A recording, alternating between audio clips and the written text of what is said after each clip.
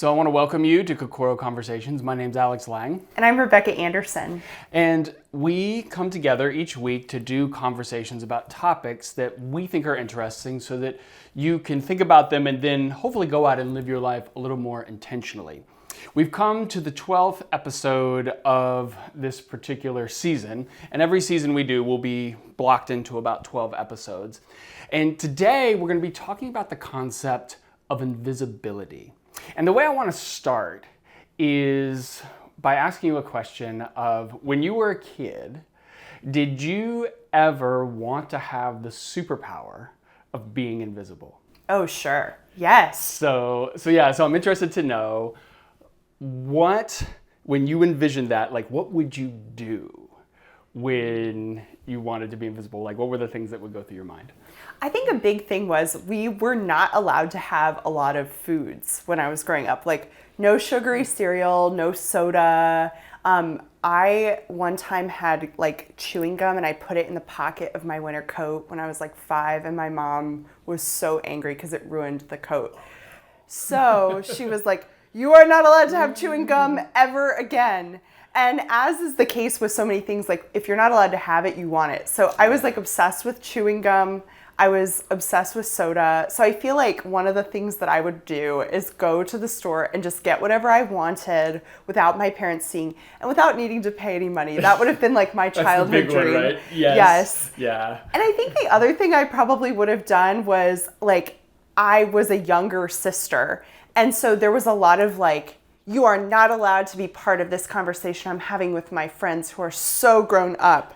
You're too young for this. So I think as a child, I would have loved to have been sitting there, like, listening in, really paying attention for those details that I could slip in Later whenever. on. Yeah, like true evil younger sister. But I really do feel that that's what I would have done. Yeah, absolutely. I think for me, what I would have done is, because there was always, money was a big issue.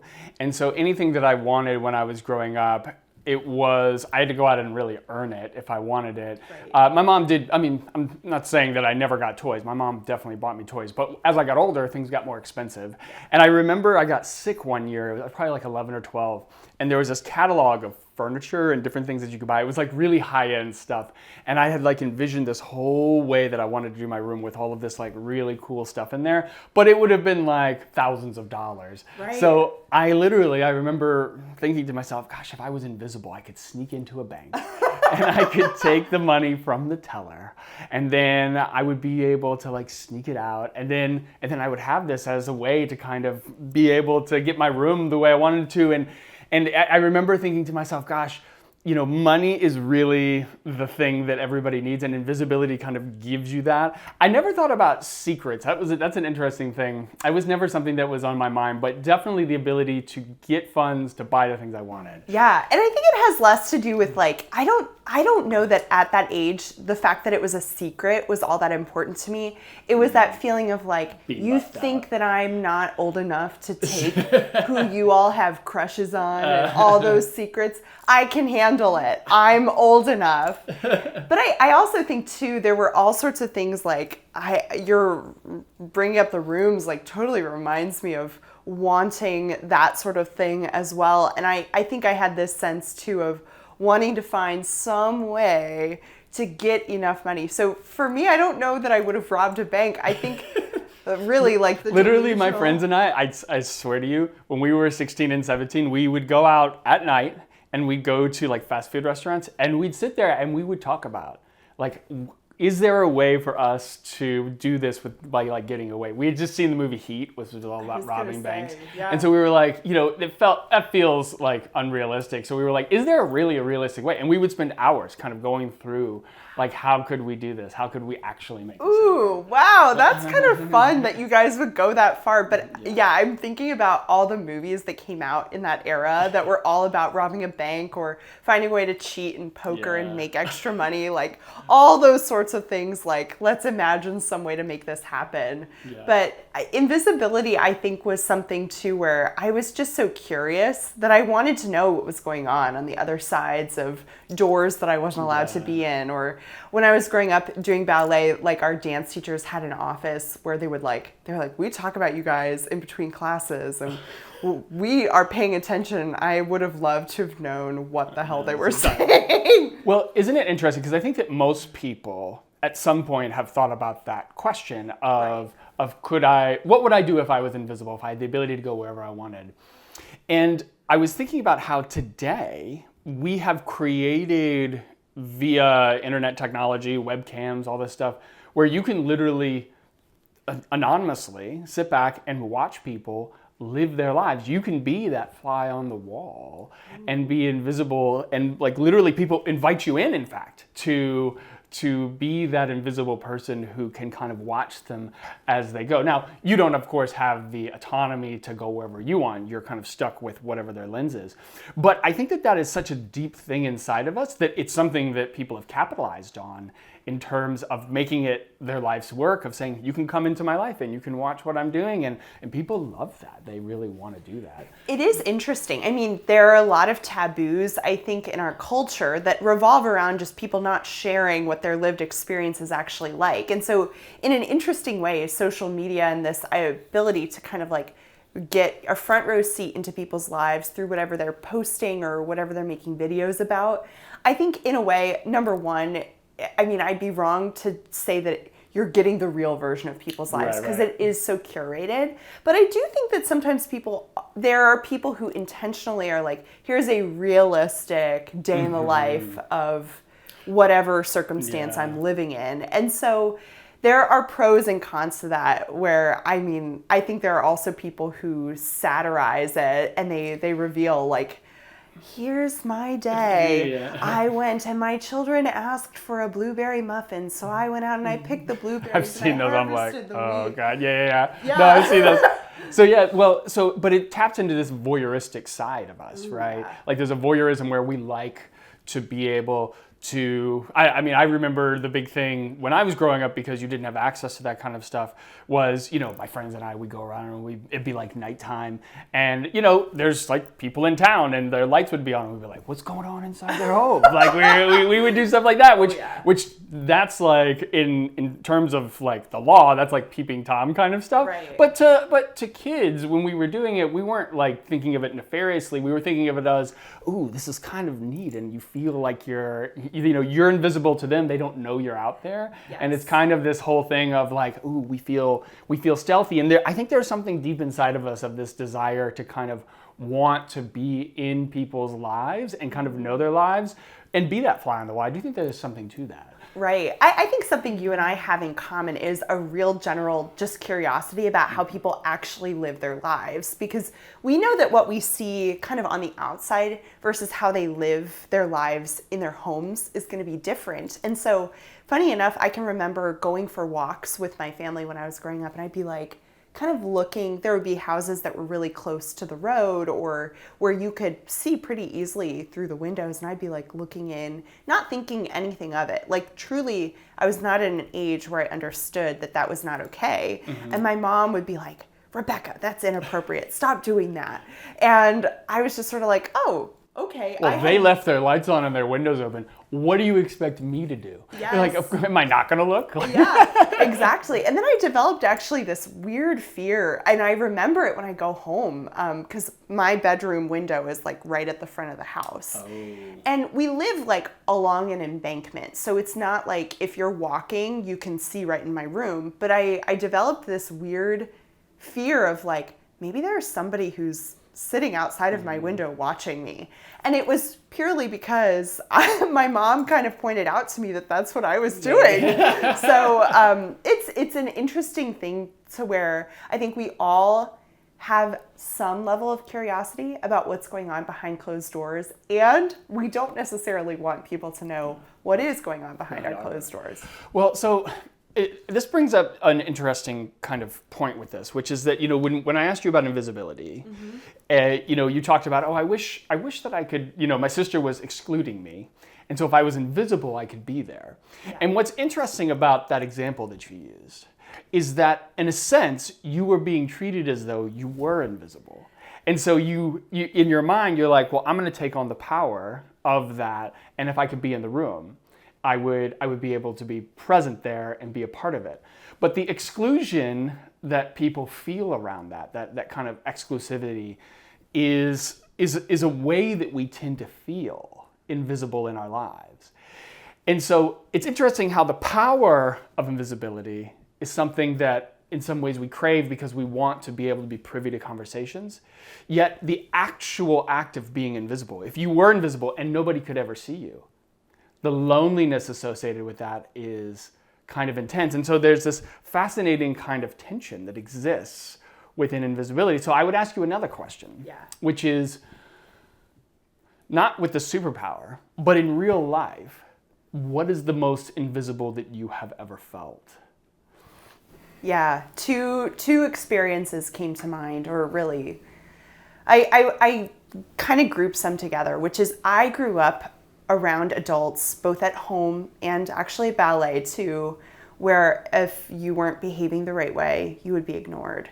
And so I can think of a couple of instances where I had done something bad and my parents ignored me completely. Like they were there, they would like pick me up and take me where I needed to go, but I would try to talk to them and they wouldn't talk back. And I have to say it was like one of the most painful experiences I can recall. And then similar at ballet, it was like, I only experienced it with like one teacher, and it was just a summer teacher. So I had this teacher for like a week, but I actually got to know somebody that danced with this person on a regular basis at a summer program, an intensive. And they said this was like something that they used at their company a lot.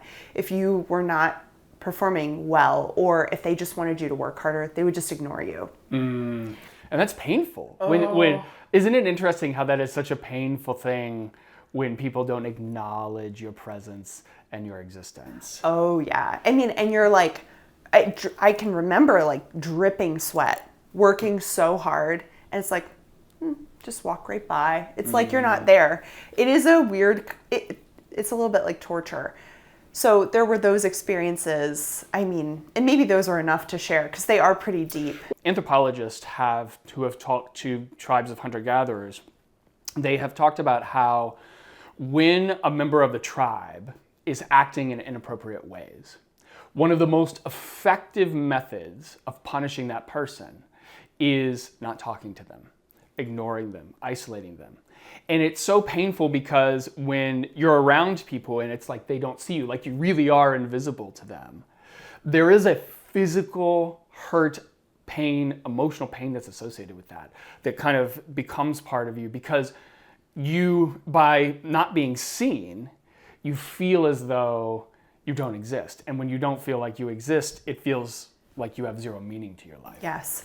Very scary. The thought that like, well, I'm here, but nothing about what I'm contributing matters. And it brings up, I think, that question of if I wasn't here, would anyone notice? Which is one of the deepest kind of psychological hurts I think a human being can face. I think it's what propels people in so many of their behaviors is just fear of like, would I matter? Would it matter to anyone if I was gone?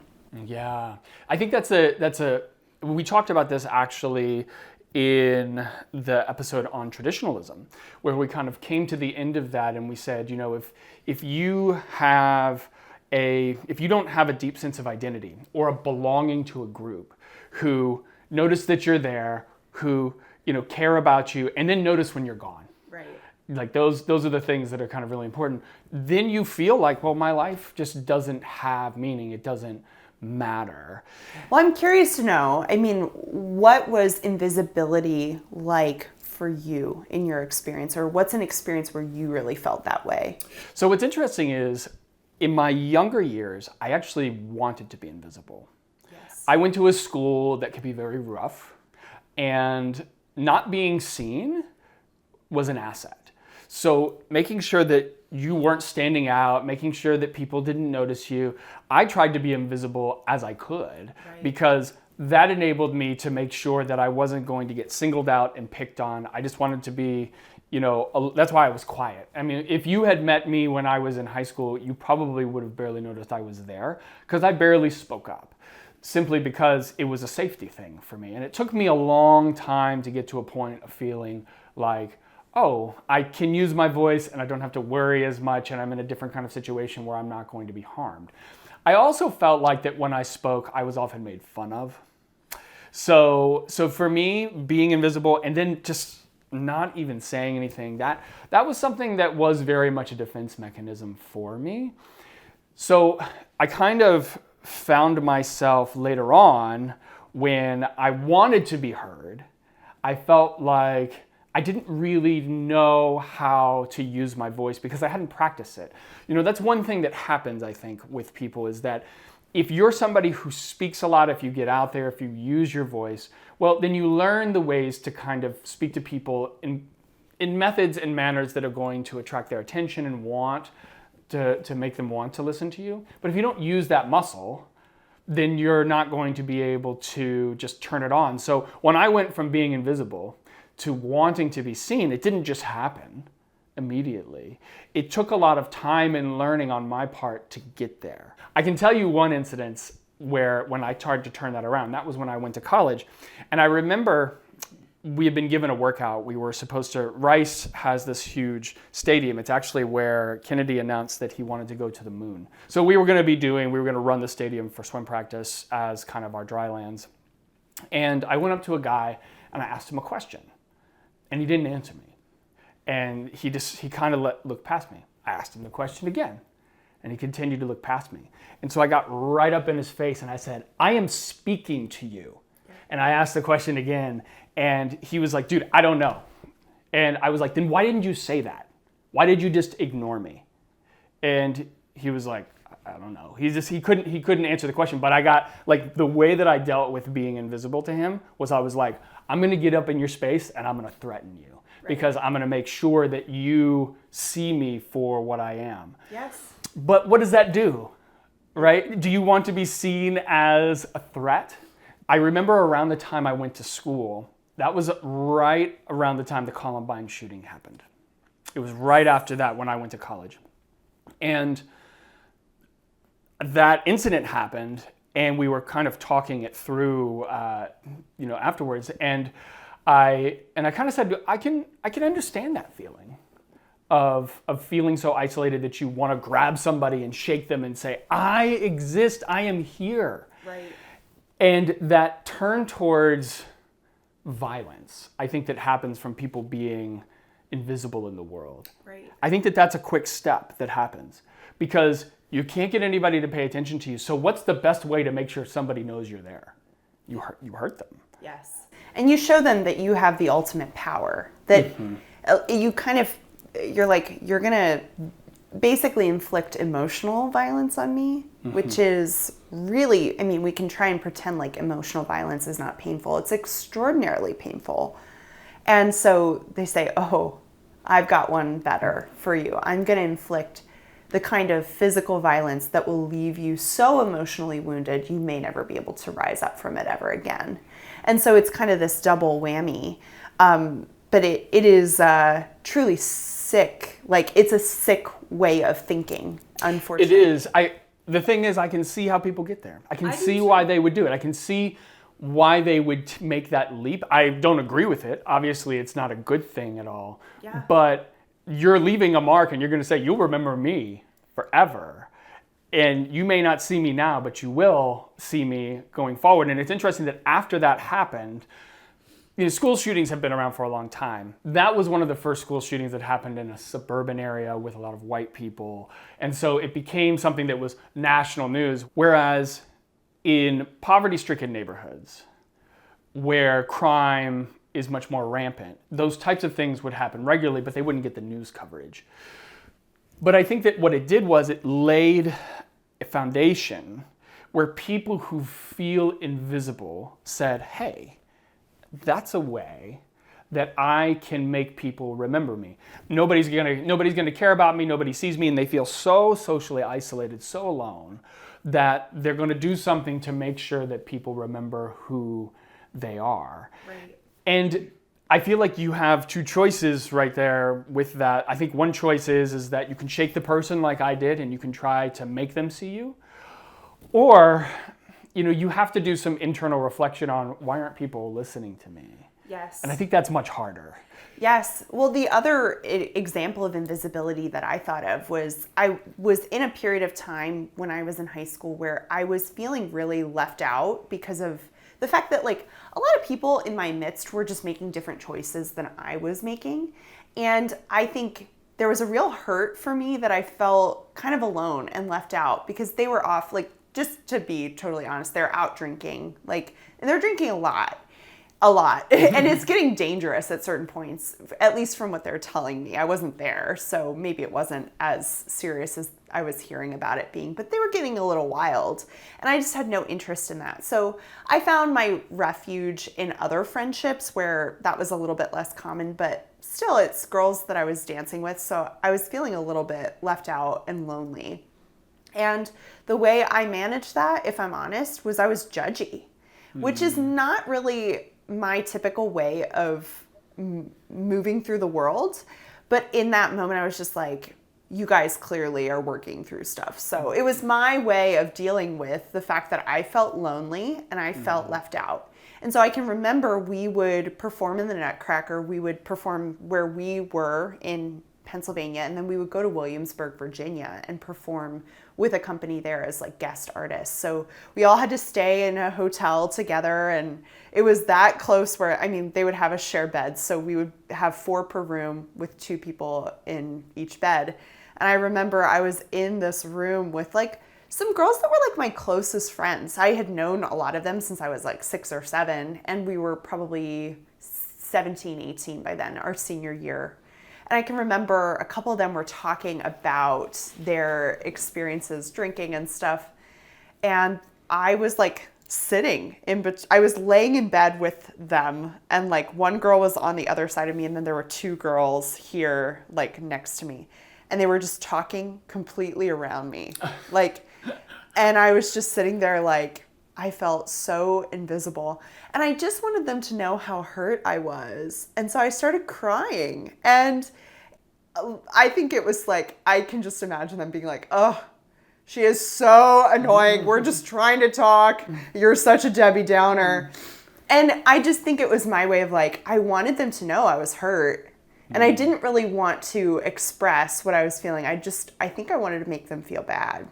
Right. So I think that's what you're bringing up is exactly what we do, right? When you feel a certain way, often our response is, I'm going to make you feel the way I feel right now. Yeah. So if I feel emotionally wounded by being completely neglected or feeling invisible, well, I want you to feel that same hurt and pain. So I'm going to come at you and I'm going to make sure that you feel that way. And how I do that, I can do that in a lot of different ways. In that situation, you were like, I'm going to cry and I want you to understand that you're hurting me. And I also want you to feel bad for doing it, right? I wanted them to feel bad. Absolutely.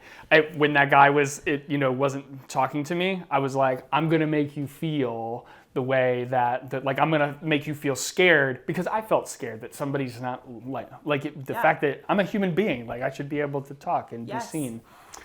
So I think that that's our natural reaction, is I want you to feel some of the pain that I feel. So that leads to an interesting question of, if you feel invisible in your life, how do you create or change your environment in such a way that you shift the chessboard so that you have the capacity to be seen again and to be heard and to be cared for in the way that you want to? Ooh, I've been thinking about this, and I think the truth is, if I'm honest, I think it has to look different for every person. If you're feeling invisible because you lack meaningful relationships, you clearly need to find an avenue through which you can find those meaningful relationships. If you're self-protecting by keeping yourself quiet and trying not to be seen, and you're starting to feel that effect of, I'm feeling invisible because I'm making myself so small and so invisible, I'm worried that I'm not even really here. I think finding ways to lift up your voice and make yourself seen and heard is important. People do that in relationships all the time. I think this is really critical. You can be in relationships with people and still feel invisible. You can be in a marriage and still feel like nobody sees you, even though you're with people. And I think that's really a critical aspect of invisibility that I want to touch on, is that being invisible doesn't necessarily mean that you're completely socially isolated. We've talked about loneliness and social isolation. Invisibility is the very idea that you're with people, but nobody sees you. I mean, that is what it means to be invisible, right? Yes. It's not that you're not there. That's not being invisible. It's, I'm with you and nobody sees me. Yeah. I think it was George Clooney that said that the loneliest he ever felt, and this was before he got married to his present wife, but he said the loneliest he'd ever felt was in his own marriage. And that was why he had chosen to be single for such a long time. And I think I love this description. I'm going to bring up my favorite, Brene Brown, but she talked about how she had these conversations with her children who were starting to go to like sleepovers, and they would feel like I felt in that hotel room, like they were sort of the one left out. Like maybe people were ready to watch a movie that they just felt afraid of. And she said she really encouraged her kids to express what they called together the lonely feeling. Like they'd go to a restaurant and they'd be like, I don't want to stay here. This gives me the lonely feeling. And to be able to say that, and then to go and to seek out those people where you don't feel the lonely feeling, where you do feel a deep sense of connection. And that's not everybody. So I think understanding that you can be alone in a room full of people is a crucial first step. Yeah, well, and I also think that if people are intentionally ignoring you, which happens in all kinds of different situations. So as an adult, I started asking myself the question, if I'm in a room of people and they're not acknowledging my presence, why is that the case? Right. So what I realized is that I think that for a lot of people, they don't even realize what they're doing. They're not necessarily conscious of it. They're not thinking, oh, I'm going to exclude Alex from this conversation. Now, I think when you're younger, in a school environment where you're with people every day, that does happen more often than not. But I think as you get older, I think I come to realize that people are kind of just myopically focused on their own thing, and they're not polite enough to sit there and say, oh, you're off on your own. Here, come on and be a part of this. But like, many people, what they learn growing up is they learn that if you want to be part of a conversation, you have to insert yourself into it. It's your responsibility. Nobody's necessarily going to be the person who's going to make you feel a part of. Now, for me, what I do is when I see somebody who is off on their own, that's the person I go and talk to. Right. Immediately. I'll say, hey, are you guys good over here talking? I'm going to go talk to that person. And I always feel drawn to that individual because that person, for whatever reason, the crowd's doing their own thing, they're kind of their own organism, they are not fitting in and they're off by themselves. So I'm going to go be that person who I'm either going to say, hey, do you want to come and be a part? Or let's just sit and talk together. So I feel that in my adult life, I want to make sure if somebody's not talking to me, I'm okay with that. That's fine. I don't need your acknowledgement to feel like I'm somebody. I'm somebody without you. Because I've come to that point. And I think that's a big thing that we have to talk about is you have to be good in yourself first to be able to deal with the invisibility. But then the next step is that once you're good in yourself and you realize what it felt like, then it's much easier to see, oh, all of these people are being treated like they don't exist. And therefore, I don't want to treat them as being invisible. Right. I am one of those people that firmly believes, because of the fact that I felt excluded in a lot of environments growing up, that every person matters, that every person has the need to be seen and heard and valued, and that we all are valuable. So I really made it an intentional practice that when I run in the mornings, I actually like look in the eyes of people I see and I say hello. And it's in part because there was a period of time where I was like, man, I'm just like, I don't feel like anyone's looking at me or seeing me. And I thought, well, why am I waiting for them? If I feel unseen and if I'm feeling this way, then I think it needs to be my job to intentionally connect. And I can remember when I first started doing that, there was a woman who I would see like every morning. She was clearly like a very intense runner. And she would completely ignore me every single day. And that was fine. It didn't matter that she chose not to reciprocate because regardless of whether she was willing to acknowledge me, I was going to acknowledge her. But then there were other people who every day I'd see them, every day I'd say hello, they'd say hello back. And I don't know anything about them, but there was something in that experience of being really intentional and acknowledging people's presence because I think you realize that there are so many people who feel unseen, or there are so many people who long for that connection, but feel too concerned to actually do anything about it, about how they might be seen. And I am a person who's I think I strike people as very outgoing. I'm much more internally nervous about initiating contact with people. I've just gotten really good at being like, well, if it doesn't work out, that's fine. I'm going to just keep on going. And I have always worried about how certain things might be seen. But as I've done work on myself to really help myself understand that I deserve connection, that I deserve belonging, and that I matter, that's given me the strength to just go, well, if people reject me, that's on them. But you have to, but I think that what's an interesting point about that is that, yes, you do deserve those things. You deserve connection, you deserve belonging, you deserve to be seen. Yes, every person does. But that doesn't mean that just because you deserve it, that people are going to give it to you. And I think that is something that I think we have mixed up in our culture, is that, yes, you deserve to be treated like a human being, 100%. But that doesn't mean that just because you deserve it, it will happen. You have to create the circumstances for yourself where that is possible, which is what you're doing just by nodding and saying hello and smiling at somebody. You're creating the possibility that could happen. Yes. Well, I think what you're describing is so spot on. It's what I was trying to get at, which is that I was sitting there waiting for the world to change in a way that made me feel seen.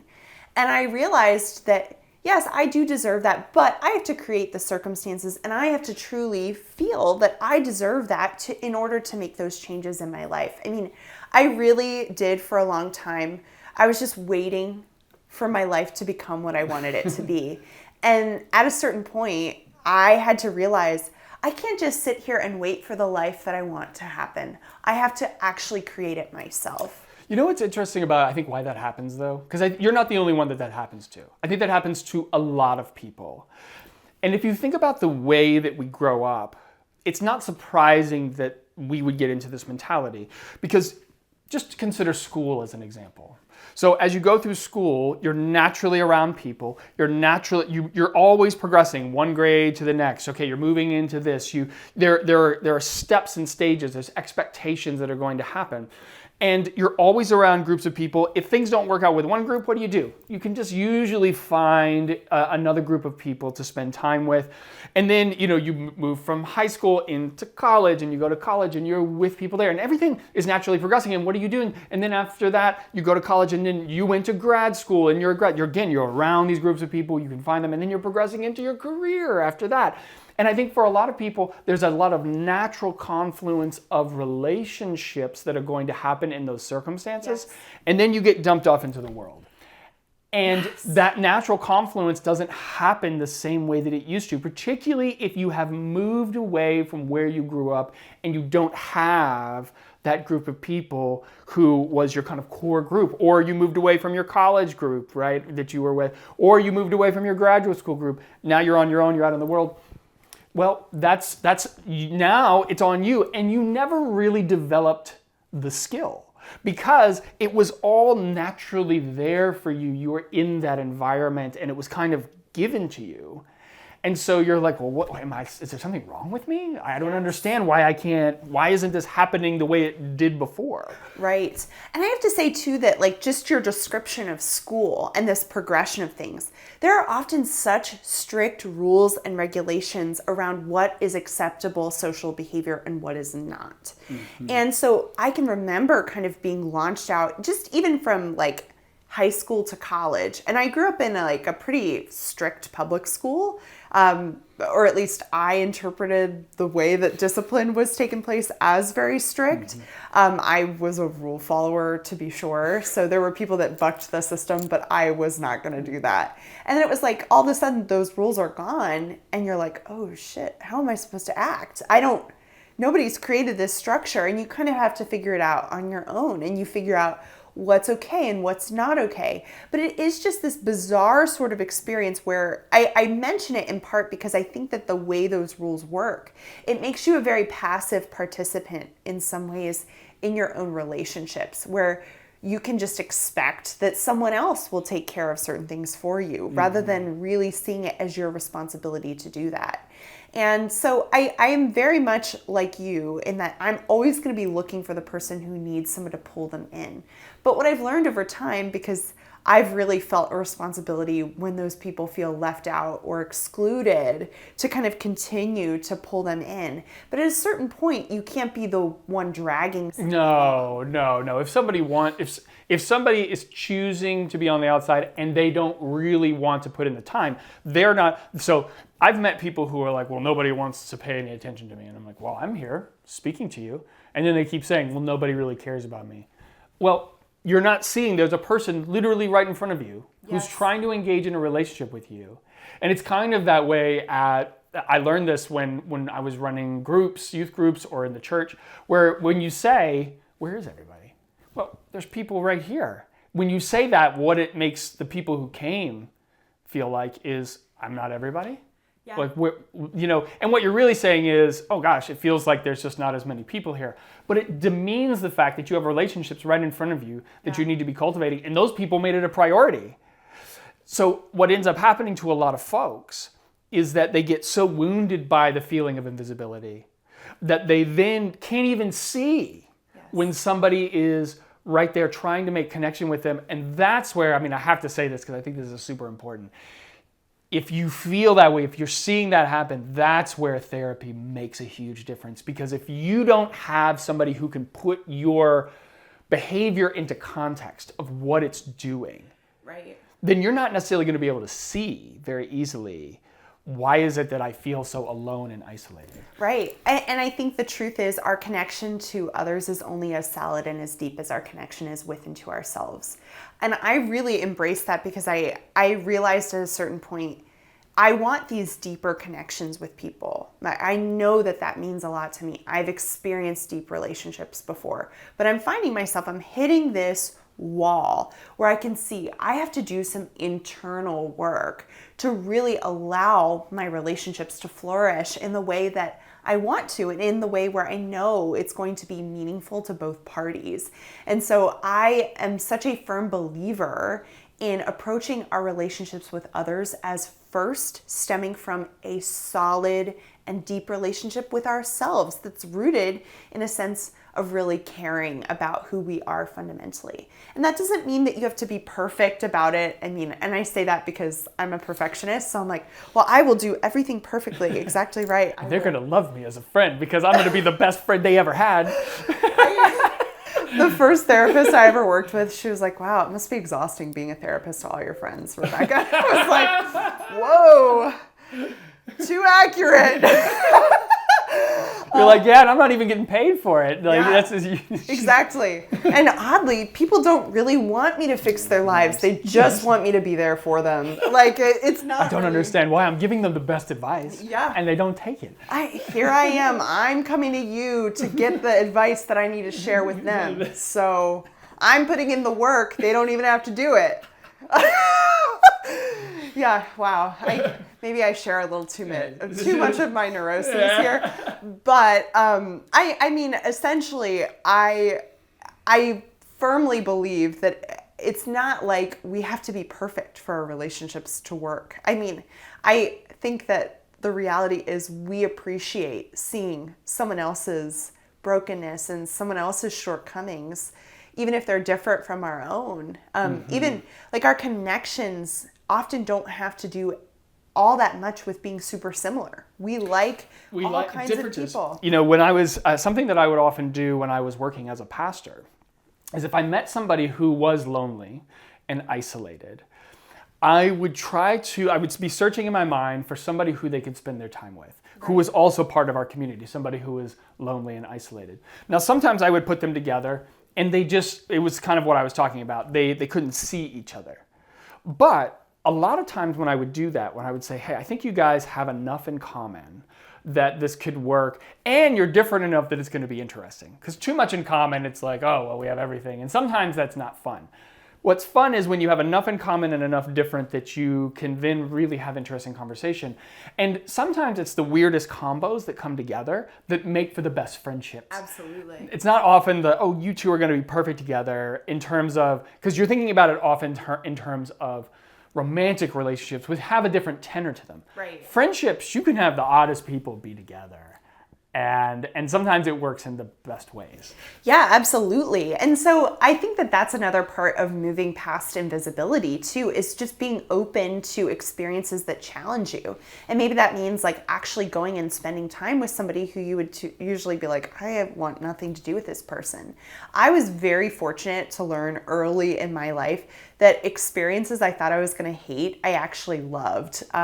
With actually going to youth group being one of them, where I like really didn't want to do it and thought I was going to. It was a year of massaging, but we got there. It worked out well, and now I do that for people. And I mean, I would be remiss to not mention that. I mean, I wasn't exactly simpatico with you at first. It took me a little time, but I am so grateful that I had that experience because it allowed me to see that sometimes if I feel some resistance to someone, just waiting that out will be helpful. And that doesn't mean you have to like everyone. I think for a while sometimes it just doesn't work, and that's okay. You know, not everybody you're going to spend time with is like me. You should say, well, I got to be friends with you because we spend time together. It's like, nope, sometimes it just doesn't work. Exactly. And so it can be so nice to like, I just think that sometimes somebody who is super different can give us a little bit of something that they have. And so I've mentioned, I think in these episodes that like my closest friends, especially when I was growing up, were often like the quietest person in the class. I don't know how it worked out that I always became friends with a quieter person, but I think it's probably because you're so loud. It is. Well, and I always assumed. And a dominating presence. I mean, it's hard to get a word in edgewise with you. Yeah, exactly. You're always telling me, Rebekah, stop talking over me. Jesus Christ. But I think that one of the things that worked out really well for me when I was younger was I could help nudge somebody that was a little bit quieter out of their comfort zone while still understanding, because I had a little bit of shyness that just wasn't obvious. I was able to identify with this person and help them to find little ways that they could be a little bit more comfortable coming out of their shell. It's always like one of my favorite things too, where I can be like, no, I see. You have something going on underneath there. You're a little goofy and you just don't want to let it out. So we've talked about a lot of different components of invisibility, but if you were going to summarize one key takeaway for everyone, what would you say to them? Yeah, I think it would be first, invisibility is one of the most painful, emotional, and physical experiences that we can have. And so it's really important to find ways to feel and be seen. And I think what that requires of us is to know that we are worthy of connecting to other people, that our relationship with ourselves is what allows us to be seen by other people. And so it's worth our time to work on that for ourselves and for the relationships we could have with people. But I also think that your point that sometimes the most meaningful relationships are already right in front of us and that we can be seen in ways that we might not realize, that's important. It can feel like moving past invisibility is like an impossible or really arduous task. But sometimes all it requires is to stop looking down and to look up and out and to see all the people who are right there with us that maybe even want to see us and have been trying to, and we just haven't been ready for it. And so I really hope that if you're feeling invisible, you will know that that is not a place you have to remain. You can reach out and connect and find meaning that way. And I hope that you've also enjoyed these past 12 episodes that we've done. We've really enjoyed having the chance to talk. I should only speak for myself. I really enjoyed it. I hope you have too. Yeah, it was tough. Tough sitting down every week. I know. But it actually has been. It's been really wonderful to have the opportunity to talk about these ideas and to kind of bat them back and forth and to try to pull them apart and tease them out. So I hope that if you all have watched them, I know that it's longer than a normal episode of Kokoro. They can go on for 30 minutes, sometimes close to 50. But I hope that they've been meaningful to you, that they've given you something to think about. Yeah, and that it'll help you to be a little bit more intentional in the ways that you live your life. It's so easy to get on autopilot, and slowing down and recognizing that we have small moments within every day to create meaning. I think it's a beautiful and important thing. So it's been a real joy to be with you all in these conversations, and we look forward to being with you again sometime in other Kokoro episodes. We're going to take a couple months off, and then we'll come back. We'll start filming again, and then we'll come out with another season of this. So wishing you well, and look forward to seeing you. Probably we'll be on some Kokoro Lives going forward. But until then, I hope you have a wonderful week, and keep working hard. See you next time.